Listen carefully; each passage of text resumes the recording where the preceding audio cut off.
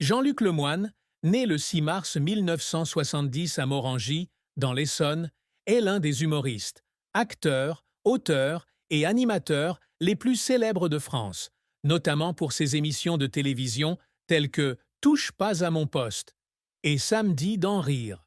Au cours de plus de 3 décennies de carrière, il a captivé le public par son humour mordant, ses anecdotes pleines d'esprit et sa capacité à transformer des situations du quotidien en moments mémorables. Fils d'un policier français et d'une mère vietnamienne, Jean-Luc a grandi dans une famille bourgeoise où il a découvert très tôt sa passion pour le théâtre. À 55 ans, il est un père dévoué de 2 enfants, Gaspard et Violette, et un fidèle compagnon d'Adeline, celle qui l'accompagne depuis 2003. Cependant, derrière son sourire éclatant à l'écran et sur scène, Jean-Luc porte en lui de profondes tristesses, des secrets cachés et des efforts constants pour surmonter les épreuves de la vie.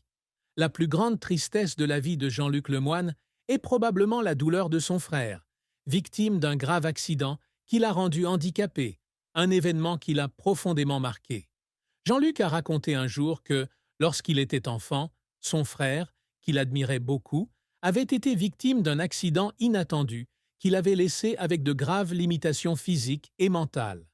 Issu d'une famille bourgeoise de Morangy, Jean-Luc se sentait impuissant face au deuil de ses parents, et plus particulièrement de sa mère Thérèse, et à la responsabilité de s'occuper de son frère. Il a raconté un jour que certaines nuits, il entendait sa mère pleurer dans le salon, ce qui le faisait culpabiliser de ne rien pouvoir faire pour aider sa famille à traverser les épreuves. Cette tristesse n'était pas seulement liée à la perte, mais aussi à l'impuissance, car il réalisait que la vie pouvait basculer en un instant. Cette tristesse est devenue encore plus profonde à mesure que Jean-Luc grandissait et entamait sa carrière dans le monde du spectacle. Il se demandait souvent s'il méritait le succès que son frère n'avait jamais eu la chance de connaître.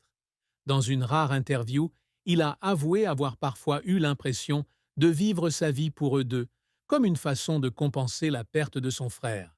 Cette douleur lui était cachée, mais elle était toujours présente dans sa façon d'aborder son travail, avec dévouement et détermination à ne jamais abandonner. De plus, Jean-Luc portait en lui la tristesse de son enfance, lorsqu'il avait le sentiment de ne pas être aimé clairement. Il a un jour confié que sa famille, avec la réserve typique de la classe moyenne française, exprimait rarement ses sentiments. Enfant, il a demandé à sa mère s'il était beau, et sa réponse directe « Non, je suis juste normal » l'a profondément blessé, même s'il comprenait que c'était la manière dont sa mère lui témoignait son honnêteté. La carrière de Jean-Luc Lemoyne a été un long et émouvant parcours, fait de sommets brillants, d'échecs déchirants et d'efforts qui l'ont fait pleurer. Dès l'adolescence, Jean-Luc a manifesté une passion pour la scène. À 14 ans, il se produit pour la première fois au lycée de Longjumeau, devant 900 personnes et faisant rire toute la salle. Cette expérience est un tournant qui le pousse à se tourner vers les arts, même s'il se destinait initialement à une carrière de spécialiste du commerce international. Après un baccalauréat scientifique, il étudie à l'IUT de Sceaux et à Sup de Pub, mais sa passion pour la scène le pousse à abandonner son emploi de bureau pour louer un petit théâtre à Paris, le Berry-Zèbre, en 1991. C'est le début d'une carrière aventureuse où il travaille comme comédien, scénariste et producteur occasionnel. La carrière de Jean-Luc décolle dans les années 1990, lorsqu'il joue dans des pièces de théâtre dans des théâtres célèbres comme le Théâtre des Blancs-Manteaux et le Point-Virgule.